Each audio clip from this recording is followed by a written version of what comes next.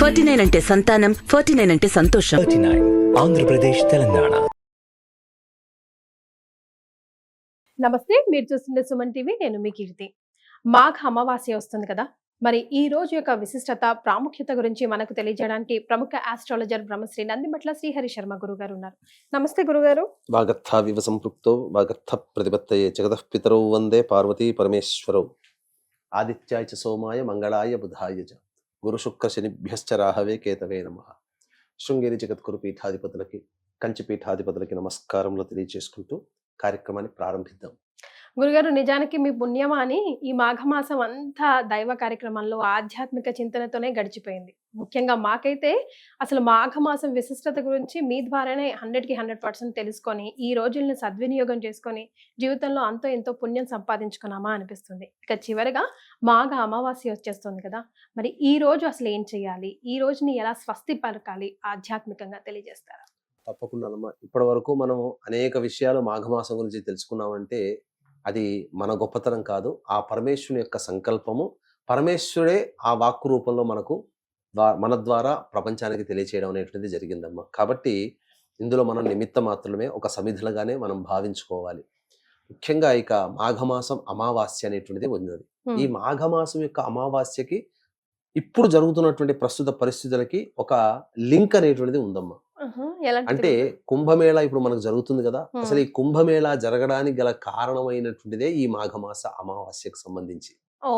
అందుకనే ఇప్పుడు గ్రహాల స్థితిగతులు ఇవన్నీ మనం ఇప్పుడు వింటున్నామంటే, ఇప్పుడు ఈ కార్యక్రమం అంతా ఎవరైనా కానీ వింటే ఈ కుంభమేళాకి మాఘమాస్యకు ఉన్నటువంటి లింక్ ని అందరూ చాలా తెలుసుకోగలరు. ఇంత విశిష్టతన అందుకేనా ఇలాంటి సందర్భం వచ్చింది అని చెప్పి. ఏంటనంటే పూర్వము దేవతలందరూ కూడా ఇంద్రుడితో సహా విజయ గర్వంతో వచ్చినటువంటి మునీశ్వరులని చులకనగా చూసేవాళ్ళు. ఎవరిని చూసినా దూర్వాస మహాముని మెప్పించలేరు. ఆ దూర్వాస మహాముని కూడా దూషించేసరికి అప్పుడు కోపం పట్టలేక మీరందరూ కూడా కృషించిపోవుగాక అని చెప్పి శాపం ఇచ్చేసేసారు. ఆ తదనంతరం వాళ్ళందరూ బలహీనం అయిపోయారు. ఇక వాళ్ళలో ఏ శక్తి లేకుండా అయిపోయింది. ఇదే ఆధారంగా చూసి రాక్షసులు వచ్చి వాళ్ళని ఆక్రమించడం, స్వర్గాధిపత్యం రాక్షసుల చేతిలోకి వెళ్ళిపోయింది. దిక్కుతోచకుండా దేవతలందరూ భూలోకంలో ఎక్కడ పడితే అక్కడ తిరుగుతూ ఉండి వాళ్ళకు ఏం చేయాలో తెలియక అగమ్య గోచరమైనటువంటి సందర్భంలో బ్రహ్మ విష్ణు మహేశ్వరుల దగ్గరకు వచ్చి వాళ్ళ గోడు పోసుకున్నారు. వేసుకున్న తర్వాత ఆ విధంగా అప్పుడు విష్ణు భగవానుడు ఒక చక్కటి ఉపాయాన్ని తెలియచేశాడు. క్షీరసాగర మథనం అంటూ చేయండి, అమృతం ఉద్భవిస్తుంది, అమృతపానం చేసే పంచే బాధ్యత నాది అని చెప్పి దేవదానులందరినీ కూర్చోబెట్టి చక్కగా అందరినీ ఒప్పించి వాళ్ళందరి చేత ఈ యొక్క క్షీరసాగర మథనం అనేకమైనటువంటి వస్తువులు బయటపడ్డాయి. అందులో అమృతం ఆఖరణ బయటపడింది. ఈ అమృతాన్ని మాకు కావాలని దేవతల రాక్షసులు బాధలు ఆడుకుంటుంటే ఇదే అదనుగా భావించి ఇంద్రుని కుమారుడు అయినటువంటి జయంతుడు తీసుకొని ఆకాశానికి ఎగిరిపోతాడు. ఇంద్రుడు కుమారుడు పట్టుకున్నాడు అమృత కలశాన్ని అని చెప్పేసి ఇక రాక్షసులందరూ ఒకవైపు, దేవతలందరూ ఒకవైపు పెనుగులాట సాగింది. ఆ కలశాన్ని పట్టుకున్నటువంటి జయంతుని దగ్గర ఆ పెనుగులాటలో 4 చుక్కలు, అమృతం చుక్కలు 4 ప్రదేశాలు, నాసిక్, ఉజ్జయిని, హరిద్వార్, ప్రయాగ. ఇప్పుడు కుంభమేళ ప్రయాగ జరుగుతుంది. ఎందుకు అనంటే ఈ యొక్క అమృత కలశాన్ని ఎక్కడ కూడా కింద పడిపోకుండా 4 గ్రహాలు అనగా చంద్రుడు, బృహస్పతి, శని, రవి, ఈ 4 గ్రహాలు ఆ అమృత కలశాన్ని కాపాడాయి. అందువల్లనే ఈ 4 గ్రహాల యొక్క స్థితిగతులు ఉన్నప్పుడు మాత్రమే కుంభమేళ, అర్ధ కుంభమేళ, పూర్ణ కుంభమేళ, మహాకుంభమేళ అనేటువంటివి చేయడం అనేటువంటిది ఆచారంగా వచ్చింది. కాబట్టి ఈ విధంగా ఈ సంబంధించినటువంటి ప్రయాగ క్షేత్రంలో కూడా శివరాత్రి రోజుననే ఆఖరుగా. ఎందుకు అనంటే మొదలు ప్రారంభమైనటువంటి జనవరి 13వ తారీఖు నుంచి మొదలై శివరాత్రి రోజున దాదాపుగా 46 రోజుల పాటు సాగుతున్నటువంటి యొక్క కుంభమేళ ఎందుకు ఆ రోజున ఆఖరిగా చెప్పబడి ఉందనంటే ఖగోళంలో ఉన్నటువంటి గ్రహాల యొక్క స్థితిగతులను బట్టి ఖగోళం నుంచి వచ్చేటువంటి దేవతల యొక్క దివ్యశక్తి ఈ భూమి మీద ప్రసరిస్తుంది. ఈ భూమి మీద ప్రసరించినటువంటి దివ్యశక్తిని గ్రహించే యోగ్యత, పవిత్రత కలిగినటువంటిది ఒక్క నదులకి మాత్రమే ఉంది. కాబట్టి ఆయా నదులు సందర్భాల్లో ఆ గ్రహాలు రవిచంద్ర సూర్య, రవిచంద్ర బృహస్పతి, శని గ్రహాల యొక్క సంచారం జరుగుతున్నటువంటి ఆ ఏ రాశుల్లో సంచారం జరుగుతుంటే ఆ విధంగా ఆ ప్రదేశాల్లో కుంభమేళ అనేటువంటిది ఏర్పాటు చేయడం, తద్వారా ఆ శక్తిలో ఆ నీటిలో ప్రవేశించినటువంటి శక్తి స్నానం ఆచరించినటువంటి మనుషులకి రావడం, తద్వారా ఈ ప్రపంచం అంతా కూడాను శక్తిమయం అవుతుంది. అందుకనే పవిత్రులు ఎవరంటే పాపాలు పోగొట్టుకున్నారని కాదు అక్కడ, వాళ్ళకి సంబంధించినటువంటి కర్మదోషాలు, గత జన్మ కర్మదోషాలు ఈ యొక్క కుంభమేళాలో స్నానం ఆచరించడం వల్ల తొలగిపోతున్నాయి. ఇక మనం గమనించుకున్నట్లయితే ఇటువంటి దివ్యమైనటువంటి శక్తి కలిగినటువంటి ఆఖరి రోజుగా మనకి ఇప్పుడు ఉన్నటువంటి మాఘ అమావాస్య 27వ తారీఖు రోజున వరకు అని మనం చెప్పవచ్చు. కాబట్టి అటువంటి అమావాస్య రోజున ప్రధానంగా చేయాల్సిందల్లా శివరాత్రి ఏ విధంగానైతే మనం చేస్తున్నామో ఆ విధంగా కూడా మనం ఆ రోజున నియమాల్ని పాటించాలి. అమావాస్య కాబట్టి ఉపవాసం ఉండాలి, బ్రహ్మచర్యం ఉండాలి, దాంపత్యం పనికిరాదు, మాద్యపానము, మాంసాహారము, ధూమపానము, అటువంటి వ్యసనాలకన్నీ కూడాను శివరాత్రి రోజున ఏ విధంగా ఉంటామో శివరాత్రి వెళ్ళిన 27వ తారీఖు రోజున కూడా ఉంటాము. అయితే అమావాస్య 28వ తారీఖు వరకు ఉంది కదా అని చెప్పి చాలా మంది ఉంటుంటారు. అమావాస్యకి ప్రమాణం ఏంటంటే మధ్యాహ్నం అపరాహ్నం వరకు కూడా అమావాస్య ఉంటేనే అది పూర్ణంగా అమావాస్యంగా చెప్పబడి ఉంది.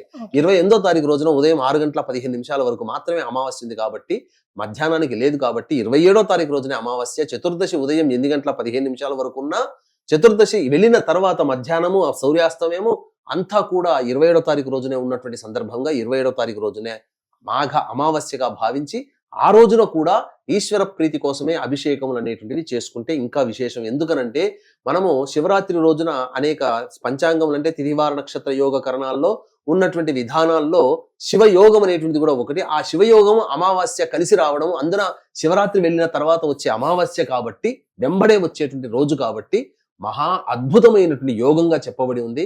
ఇటువంటి రోజున మానవులు కొన్ని నియమాలు గనక పాటించున్నట్లయితే పితృదోషం నుంచి విముక్తి అవుతారు, సంకల్పం నెరవేరుతుంది, అన్నిటికంటే మించి చక్కటి యోగ్యమైన జీవితాన్ని పొందుతారు. కర్మదోషాలు ఏమన్నా ఉంటే అమావాస్య రోజున చేసినటువంటి పనుల వల్ల కర్మదోషాలు తొలగిపోతాయమ్మా. కాబట్టి కొన్ని నియమాలు పాటిస్తే మంచిది. గురుగారు, అంటే ముఖ్యంగా ఈ శివరాత్రి రోజు ఈ కుంభమేళాలో మనం స్నానం ఆచరించే వాళ్ళు పాటించవలసిన నియమాలు ఏంటి? అక్కడ నుంచి కుంభమేళా నుంచి వాటర్ తెచ్చి అందరికి ఇస్తా ఉన్నారు గురుగారు ప్రసాదం లాగా, అవి తీసుకోవచ్చా? తీర్థంలాగా కుంభమేళాలు అంటే మనకి ఏంటనంటే కుంభమేళా నది దగ్గర కాకుండా త్రివేణి సంఘం కలిసేటువంటిది ఒక 1/2 కిలోమీటర్ లోపలికి వెళితే అక్కడ త్రివేణి సంఘం కలిసే ప్రదేశం ఉంటుంది. ఆ ప్రదేశంలో పట్టుకొచ్చినటువంటి నీటిని కనుక తీసుకుని వచ్చి మనము మామూలుగా దేవ పూజ చేసిన తర్వాత ఆ స్వామికి నివేదన చేస్తాం కదా ఆ తీర్థంలో, ఆ 2-3 చుక్కలు ఆ కుంభమేళా నుంచి వచ్చిన వాటిని వేయవచ్చు. తర్వాత దాన్ని భద్రపరుచుకొని ఉండి కుంభమేళా సందర్భముగా జరిగినటువంటి స్నానం ఆచరించి తదనంతరం అక్కడి నుంచి తెచ్చినటువంటి నీరు మహాపవిత్రమైనటువంటిది కాబట్టి మనకు ఈ యొక్క అనేక సందర్భాల్లో పుణ్య స్నానాలు చేయాలని చెప్పి మనకు రోజులు ఉంటాయి కొన్ని. అటువంటి రోజుల్లో ఈ యొక్క కుంభమేళా నుంచి తెచ్చినటువంటి నీటిని గనక వేసినట్లయితే మనకు అత్యంత ప్రభావం. ఎందుకంటే గ్రహ సంచారం జరుగుతున్నటువంటి సందర్భంలో ఏర్పడింది కుంభమేళా. క్షిప్రా నది ఉజ్జయినిలో 2031వ సంవత్సరంలో జరుగుతుంది. అప్పటి వరకు మనం వేచి చూడాలి. కాబట్టి అటువంటి దివ్యమైనటువంటి గ్రహశక్తి కలిగినటువంటి నీటి మన ఇంట్లో తెచ్చుకోవడం వల్ల కొంతవరకు చాలా మటుకు గ్రహ దోషాలు తొలగి ఆనందకరంగా ఉంటాం. పూజా మందిరంలో ఉండడం వల్ల ఆ దేవతా శక్తి ఇంకా 2 అవుతుందని చెప్పడంలో సందేహం లేదు. మరి ఇంకా ఏమేమి నియమాలు పాటించాలి గురుగారు ప్రత్యేకంగా ఆ రోజు? ప్రత్యేకంగా ఆ రోజున ప్రధానంగా అమావాస్య కాబట్టి పితృదేవతలు అనగా చుట్టుపక్కల నదీ తీరములు అనేటువంటివి ఉంటాయి. కనీసం 50 కిలోమీటర్ల పర్యంతంలో ఉన్నటువంటి నదులు ఎవరైతే ఉంటారో ఆ చుట్టుపక్కల వాళ్ళందరూ కూడా ఆ రోజున నదీ తీరానికి వెళ్లి స్నానం ఆచరించి వెంబడే తిల తర్పణాలు పెద్దల కోసం చేసి వీలైతే పిండ ప్రదానం కార్యక్రమం కూడా చేయవచ్చు. అది చేయడం చాలా మంచిది, యోగ్యం. తదనంతరం ప్రదోషకాల సమయంలో గ్రహదోషాలు తొలగిపోవడం కోసం కోరిన కోరిక సంకల్పం అతి శీఘ్రంగా నెరవేరాలి అంటే ఒక చిన్న పరిహారం అనేటువంటిది ఉందమ్మా. ఆ విధంగా చేస్తే సరిపోతుంది. వీక్షించేటువంటి ప్రేక్షకులకి గమనిక, ఈ యొక్క మహాశివరాత్రి సందర్భంగా జాతకరీత్యా కలుగు విద్య, వివాహ, ఉద్యోగ, దాంపత్య, సంతాన, అనారోగ్య సమస్యల నివారణకి సర్వదోష నివారణ పూజలు, హోమాలు, అలాగే గత జన్మ కర్మదోషాలు ఉంటే ఈ జన్మల్లో సమస్యలు అనేటివి బాధిస్తాయి కాబట్టి కర్మదోష నివారణ తిల హోమాలు, మరియు 2025వ సంవత్సరం మొత్తం అన్ని రాశుల వారికి శని ప్రభావం ఉంటుంది కాబట్టి శనిదోష నివారణ పూజలు, హోమాలు అనేటివి పర్ హెడ్ 3,100 రూపాయలకి ఫిబ్రవరి 26 మరియు 28వ తేదీన జరిగేటువంటి హోమాలి కార్యక్రమాల్లో జరపబడతాయి. అలాగే శివరాత్రి రోజున రుద్రపారాయణాలు, అభిషేకాలు అనేటివి జరపబడతాయి. కావున ఈ యొక్క కార్యక్రమంలో సభ్యులుగా చేరేటువంటి వాళ్ళు కార్యక్రమ తదనంతరం కాంటాక్ట్ చేసి మీ గోతనామాలు నమోదు చేసుకోవచ్చు. ఈ యొక్క కార్యక్రమంలో పాల్గొనడం ద్వారా మీ యొక్క సంకల్పం ఆ విశ్వేశ్వరుని యొక్క అనుగ్రహంతో వచ్చే సంవత్సరం శివరాత్రి కల్లా నెరవేరుతుంది అని చెప్పడంలో ఏమాత్రం సందేహం లేదు. ఇక ఆ రోజున ప్రధానంగా గురుగారు మాఘ అమావాస్య రోజు మనం ఎలాంటి నియమాలు కానీ ఎలాంటి పూజలు కానీ విశేషంగా చేస్తే గనక రాబోయే ఉగాది లోపలే మా సంకల్పం నెరవేరిపోవాలి గురుగారు? ఎందుకు అని అంటేనమ్మా, ప్రధానంగా మాఘ అమావాస్య రోజున శివయోగం అనేటువంటిది రాత్రి 11:57 వరకు ఉంది. కాబట్టి శివయోగం ఉన్నటువంటి సందర్భంగా మనము ఆ శివయోగం ఉన్నప్పుడు తర్పణాది కార్యక్రమాలు, స్నానం ఆచరించి, నది లేని వాళ్ళు ఉంటారు, నదుల నుంచి తెచ్చుకున్నటువంటి నీటిని చుక్కలుగా వేసి స్నానం ఆచరించిన చాలమ్మ. ఆ విధంగా ఇంట్లోనైనా తర్పణాది కార్యక్రమాలు చేయవచ్చు.